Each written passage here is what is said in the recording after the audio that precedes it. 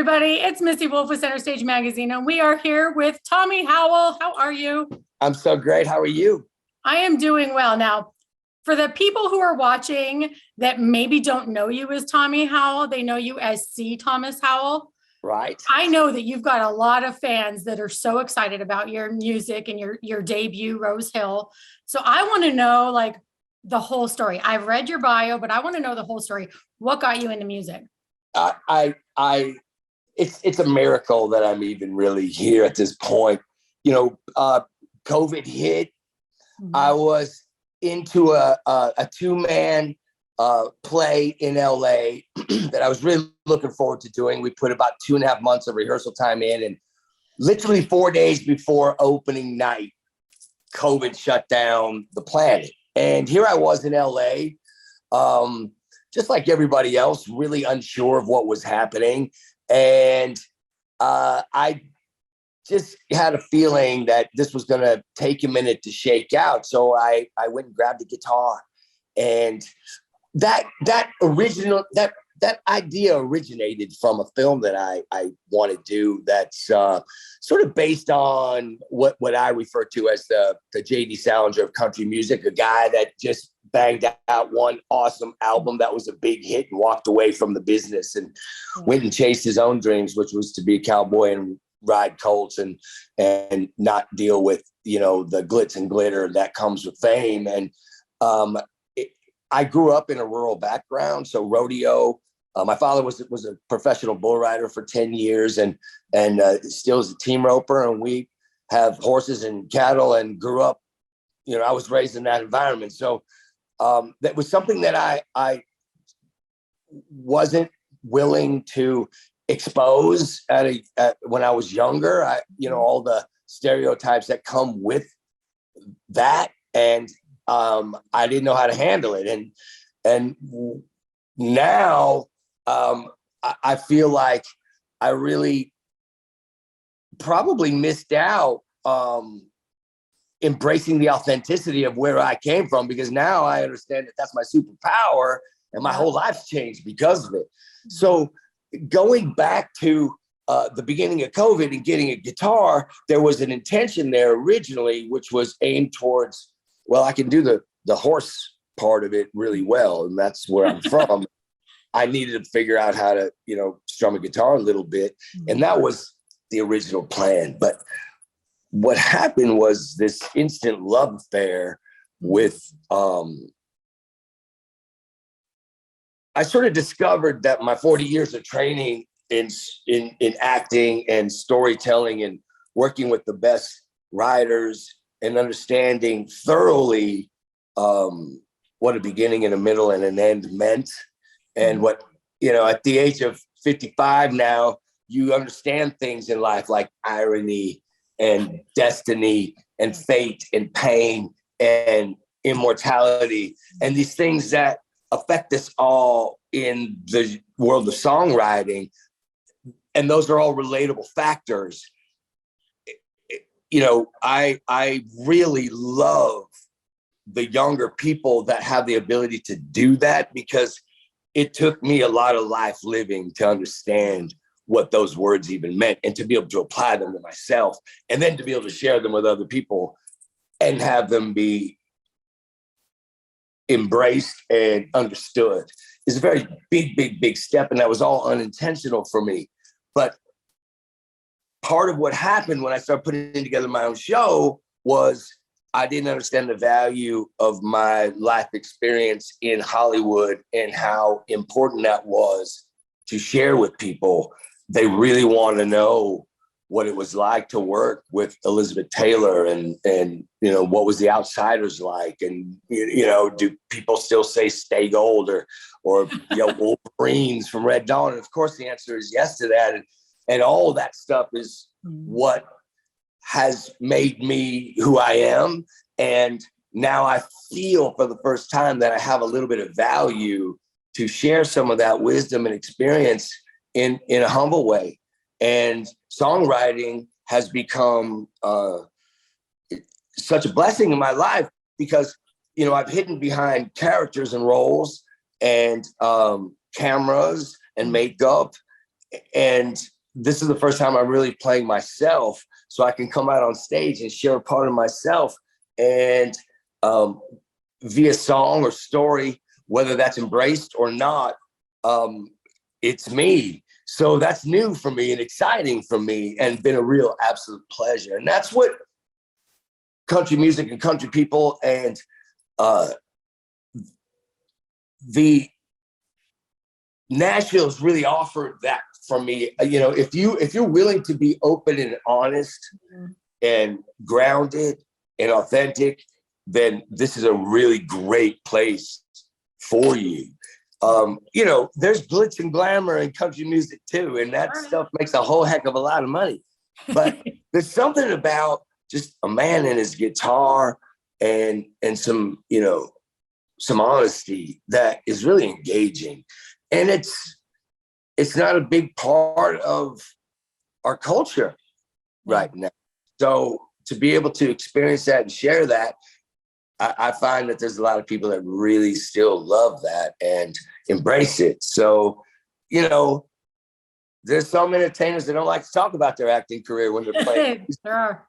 And I don't know. I found the opposite. I wrote a song called "Hell of a Life" that basically that chronicles my career and talks about it. And I really encourage my audiences to be proactive in the show.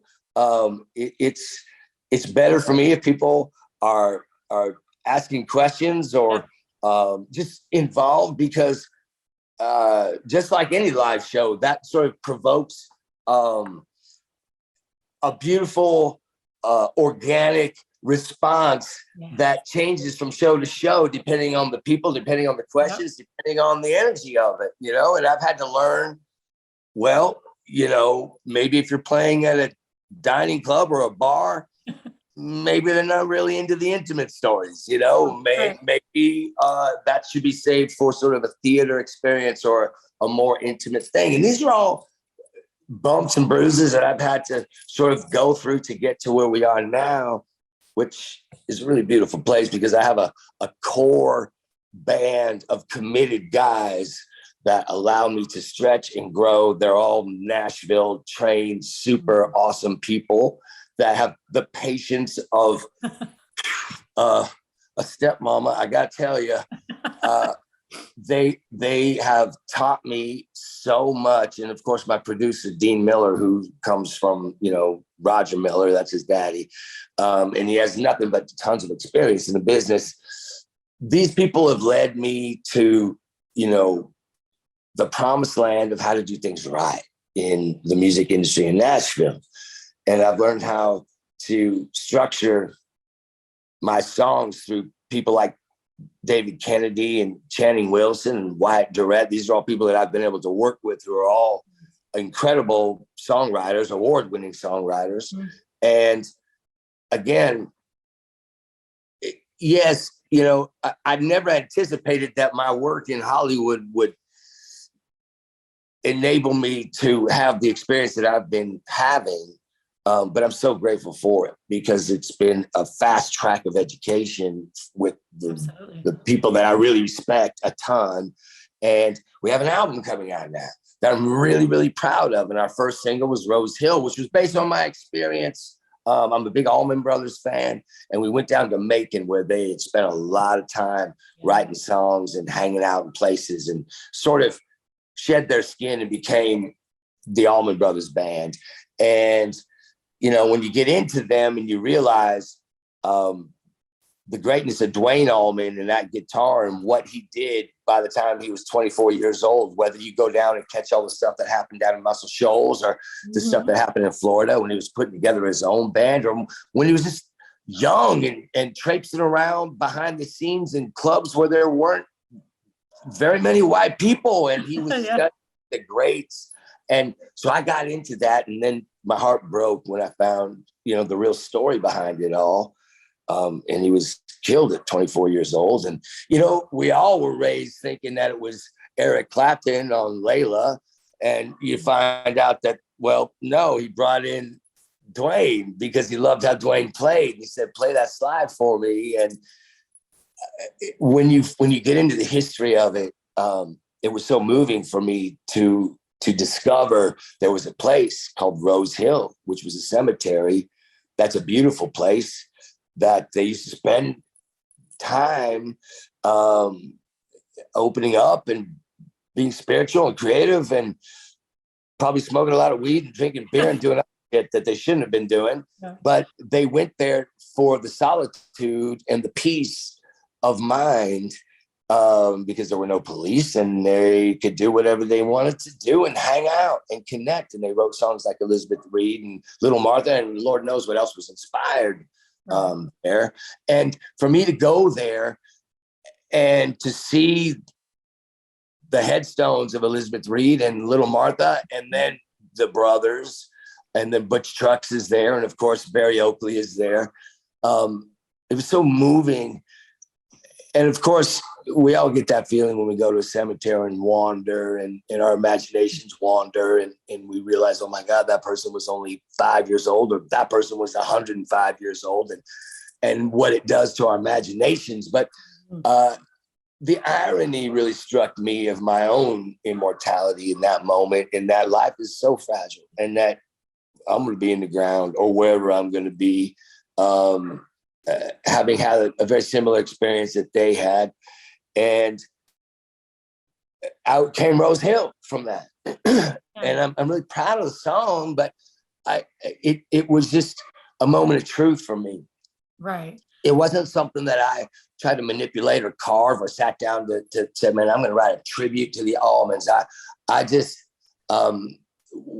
came home fascinated, and I couldn't shake the thoughts that I had. I went to the big house where it's now an incredible museum, and they were kind enough to pull things off the shelf for us that normally most people can't get into, like Dwayne's gold top guitar. And here I am holding this thing, and I just went home really inspired and grateful for the whole experience, and out came Rose Hill, and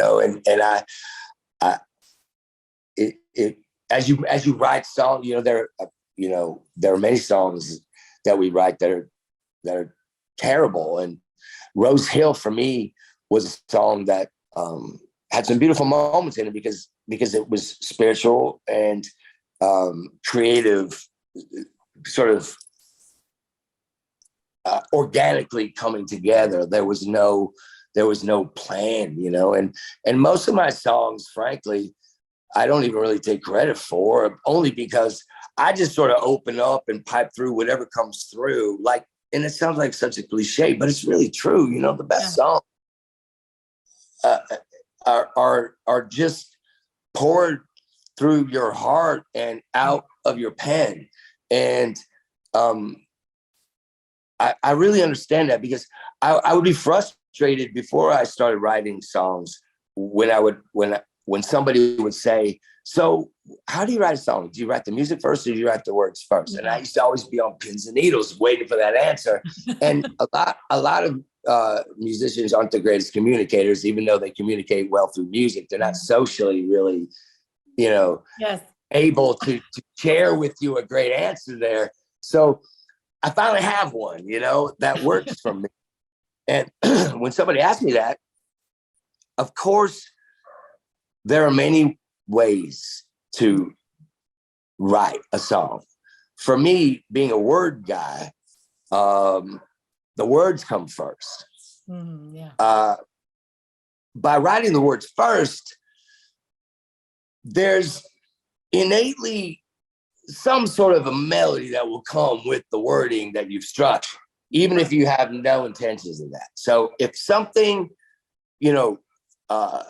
is speakable, it doesn't even have to always rhyme perfect, but if it's speakable and it flows, generally it's singable and will flow, for me, in my experience. So understanding the differences and the pieces and components of a song, a chorus, a bridge, a verse, an intro and outro and how to put those together and when to use them and when not to use them. See, there's no school of songwriting and there's no rules. You don't have to have a bridge.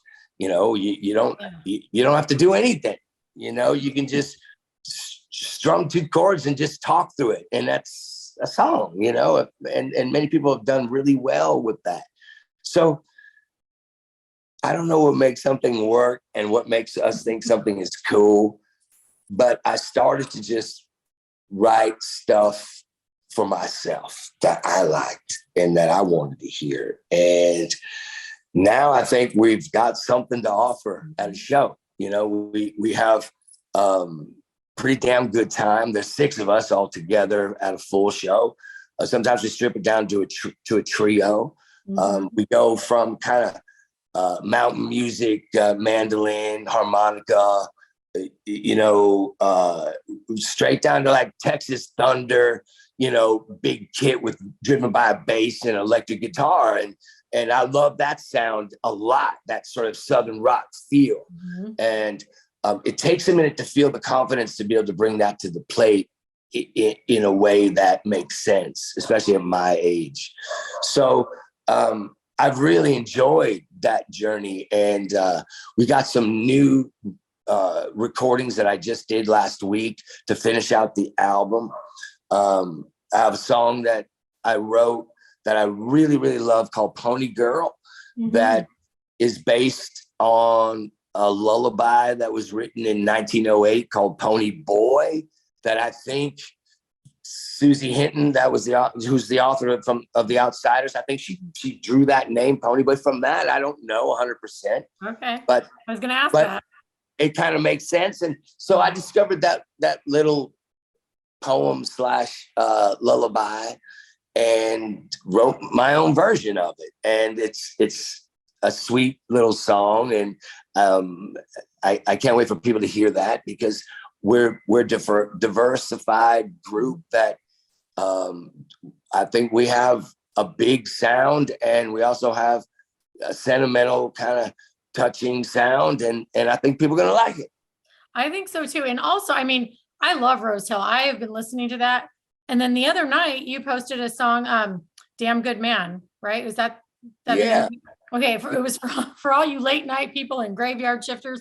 Yeah. And I was actually, not to give out too much personal information, I was actually in the hospital and I was just wide awake. The nurses were like, you know, coming in and out. And I was like, all right. So I started flipping through social media and I listened to that and I was like, oh my gosh.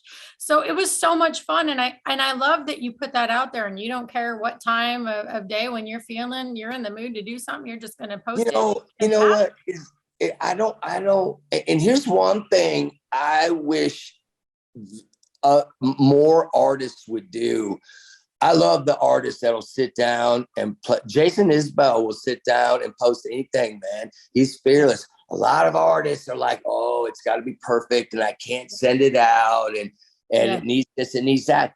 The people that just grab their guitar and pour it out, man, to me, I love that. That to me is what it's all about, you know? Right. So really give that to somebody and not be worried. You know, I don't have to sell albums or please record companies or large audiences. You know, I'm just trying to give back a little bit. And this is a platform that allows me to do that in a way that if things keep kind of going the direction they're going, then I'll be able to do that on a much bigger level. So that's why I want to do it. I just want to connect with people and help people. And I guess that happens when you hit 50, you know, you start to see things past your own nose. And it matters. It does, because my whole life, I just, you know, quote unquote, wanted to get mine. And, you know, my career exhibits that, you know, and the second I stopped doing that, the second I sort of stop trying to please everybody else. You know, I spent a lifetime trying to please Hollywood, and I spent a lifetime trying to do the right thing, and I spent a lifetime trying to make the right moves. And that's all just BS, you know, really, because it's the authentic people that are doing authentic things that I want to be like. And even the actors or entertainers, singers, politicians, whoever, you know, when you sense that, it's overwhelmingly attractive, and we have enough fake stuff, and we have enough negativity, and it's a pleasure to try and not be a part of that.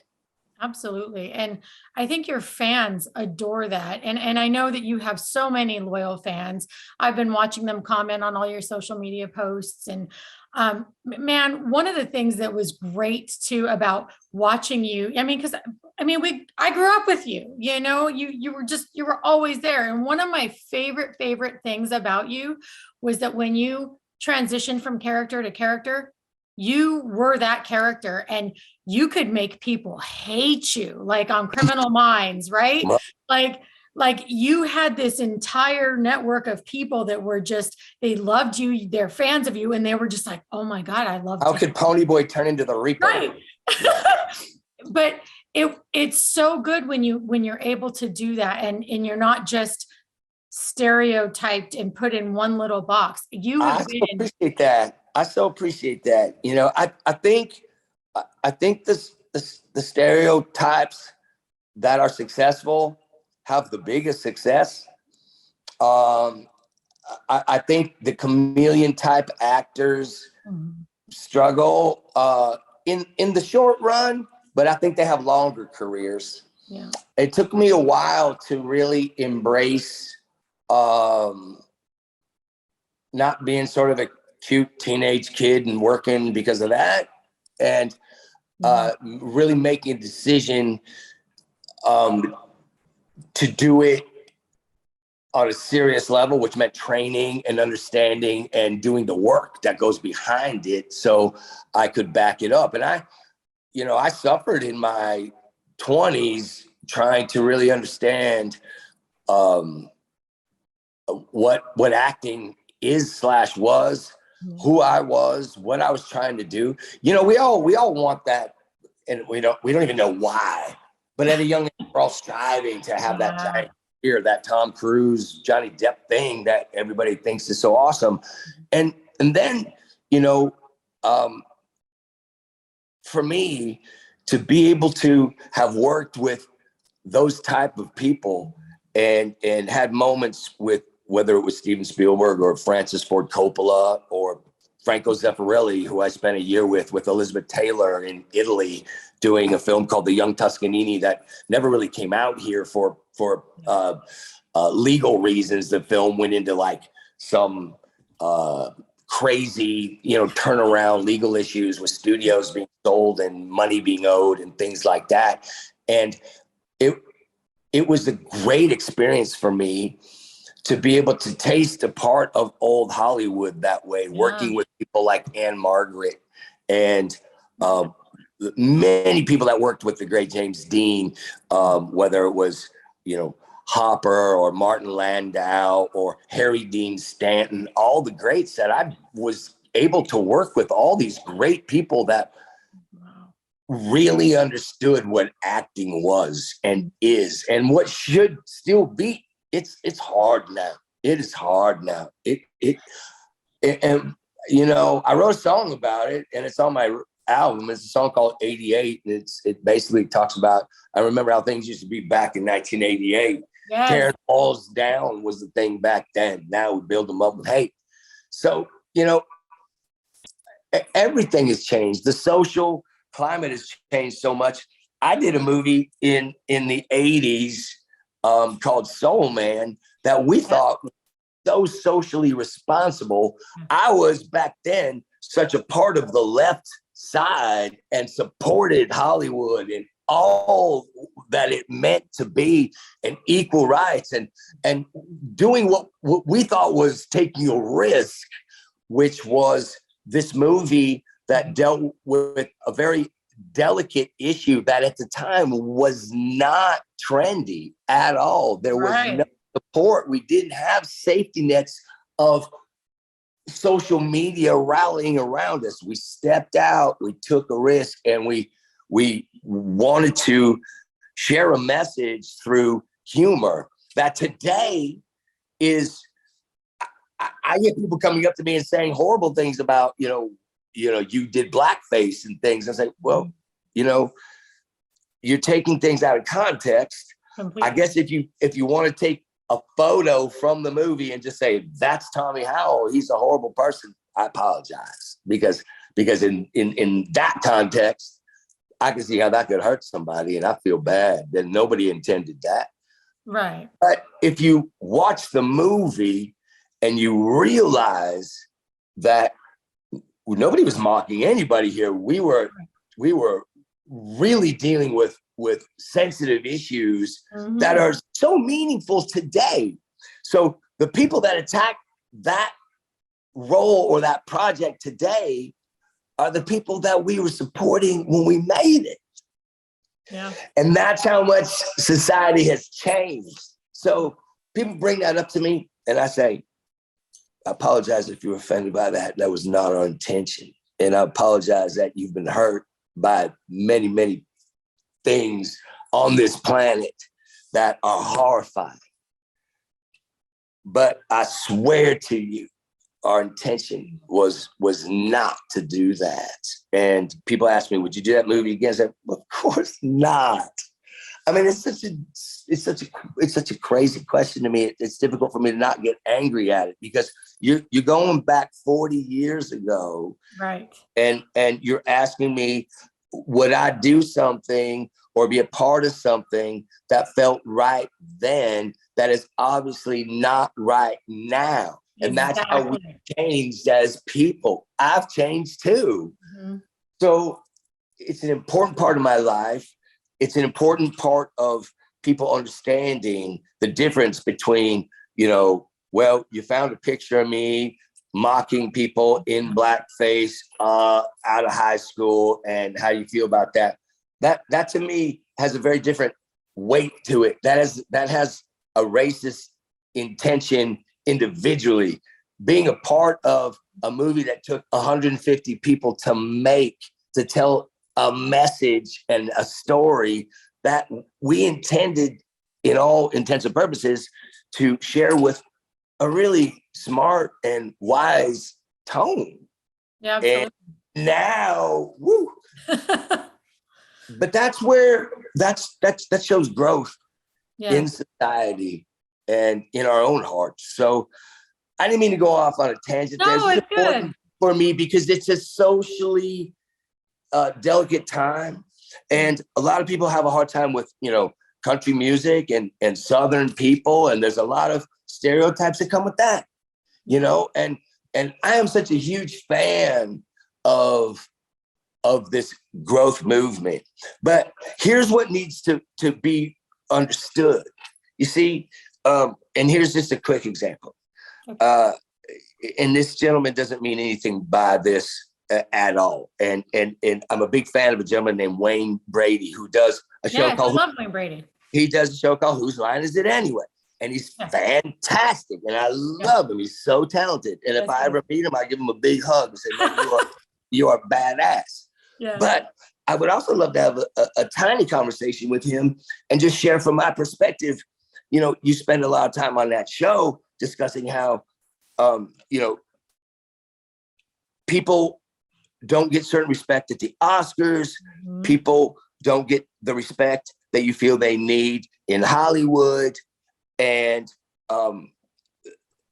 at the same time, he has no problem doing a skit that is stereotypically, to me, offensive by using a Southern accent and playing a hillbilly and talking with a twang.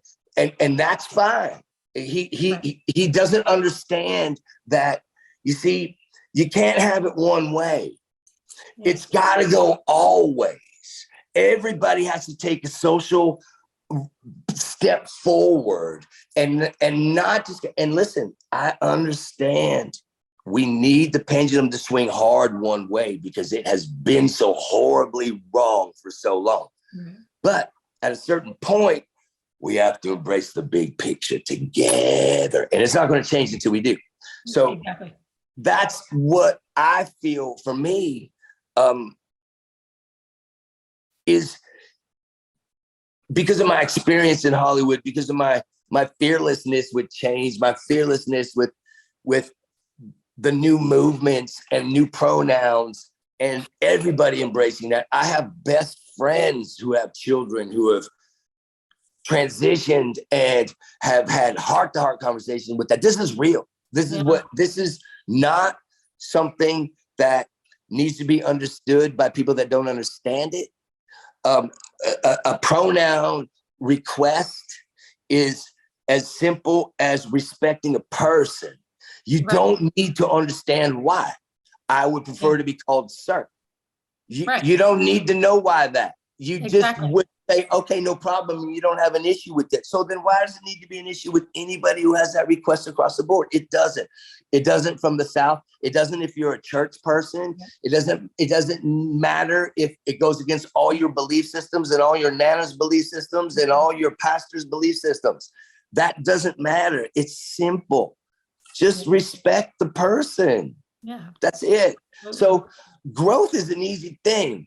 But in the South and in the rural communities where I'm from, and I love and embrace, and I love these people so very much, we get sort of this, it's a tough road to hoe. You see, even our greatest Southern artists are embarrassed to embrace where they're from because of those stereotypes.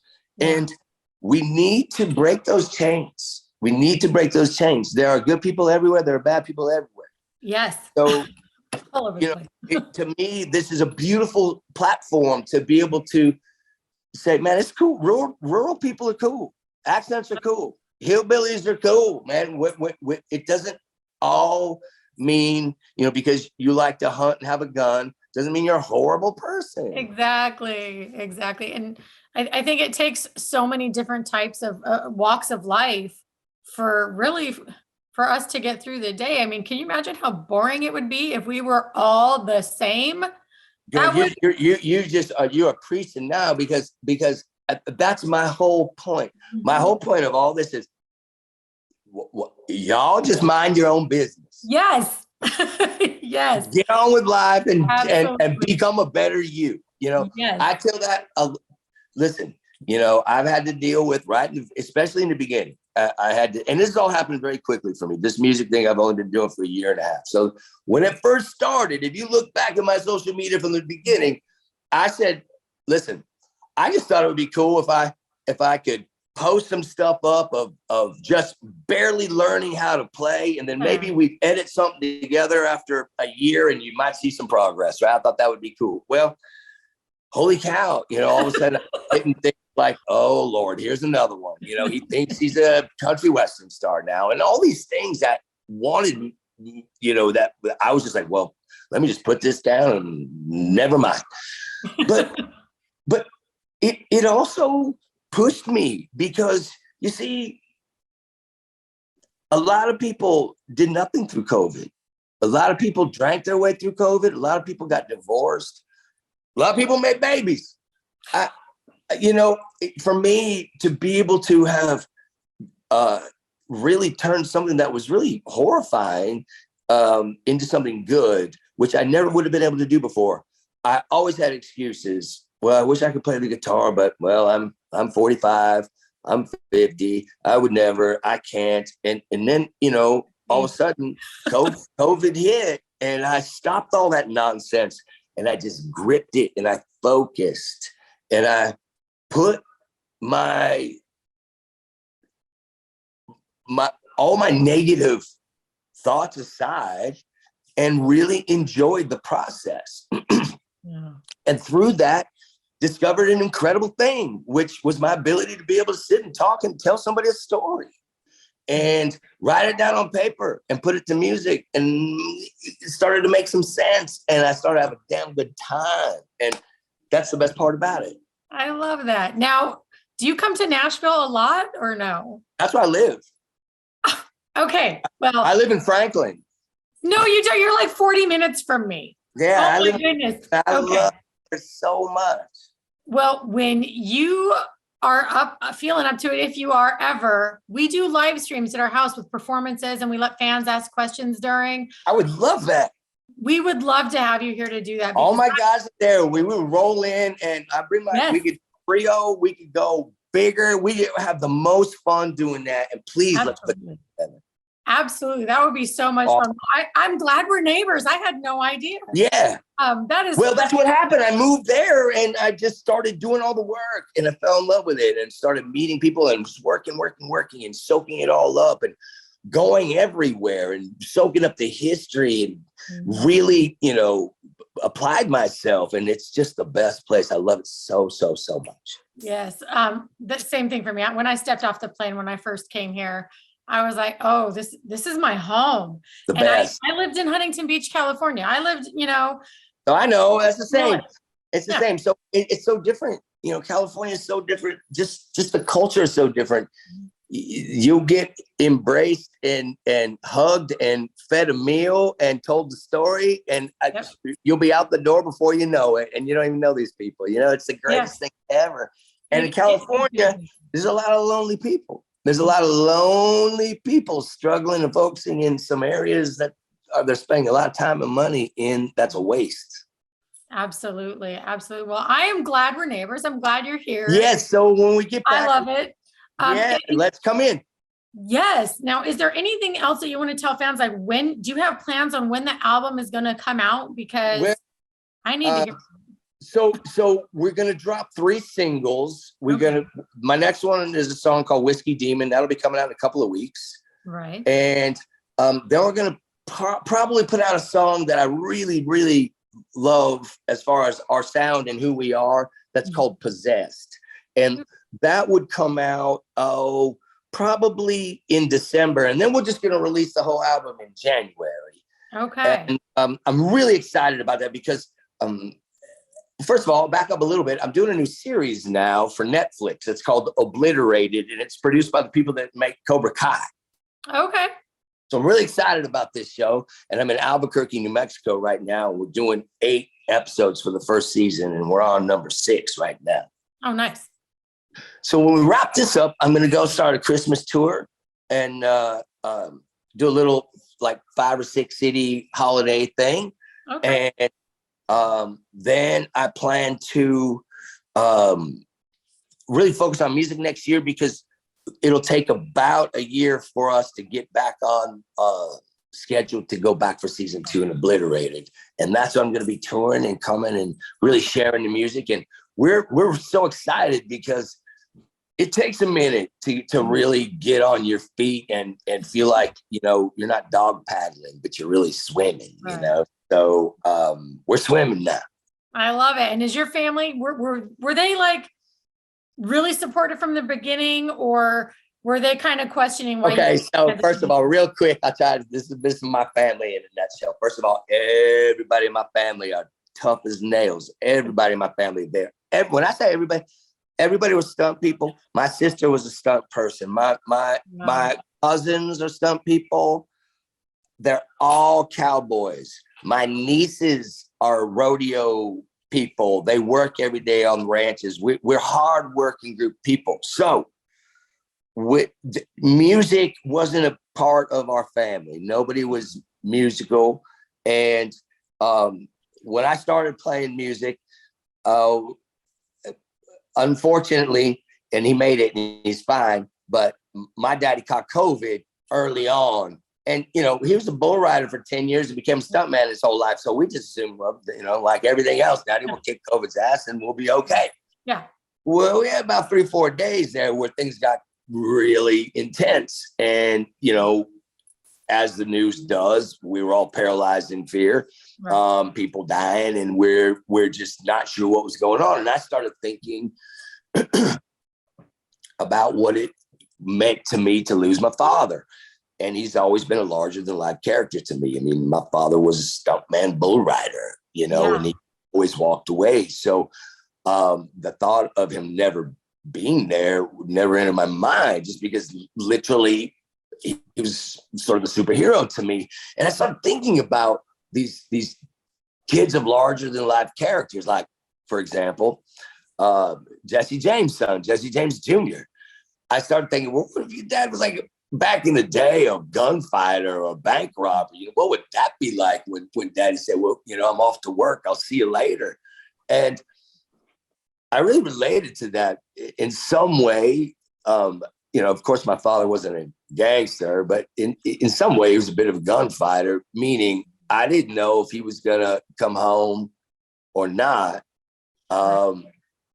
if he was going to get hit by a bullet or hit someone with a bullet. So in that aspect, the song develops called Ride, which is based on Jesse James' family, and it's seen through the eyes of Jesse James Jr. Once I started doing the research of the family, we had some real similarities. And I grew up with a sister, and my dad was this cowboy, tougher than hell, and the possibility of him not being there kind of shook me to my core, and I wrote this song for him called Ride. Well, okay, to wrap this up, there's a point here. I'm sorry. No, it's good. During Christmas, because we have such a big family, we do that thing where you draw names out of the bowl and yes. the gift for that person, and we all come together and we have that moment, and it just saves us all money, but everybody gets a gift, right? Right. So of course I do Dad. Dad, you get the person, you draw one name, and you exchange, right? So I had Dad had me.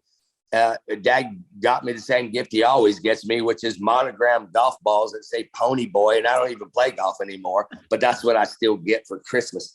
And I wrote this song called Ride. So it was my turn to give Daddy a gift, and everybody was there, and the fire was going, and everybody's unwrapping presents, and I don't have a present. And I pull out a guitar, and I said, well, I wrote this song for Daddy. I'd like to play it for y'all. And I was scared to death because I'd never played for anybody, and especially my family. They are like, oh my, they don't have the time of day. They're tough people, right?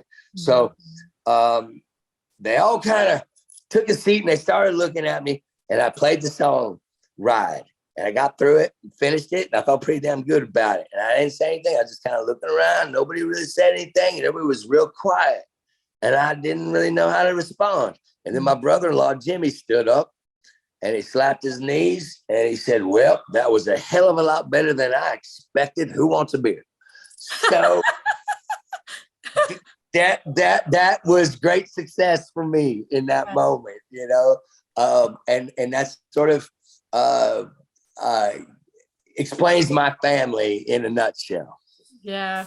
I don't think I could explain my family as quickly as you were able to. Well, even though that was long and windy, there was a point to it. No, it really wasn't. It was perfect. And honestly, I mean, that's the stuff fans want to know. They want to get close to you. They want to know about you and your family and your life, not just your characters or your music, really good. What's beautiful about this, being able to talk to people like you, and people appreciate that.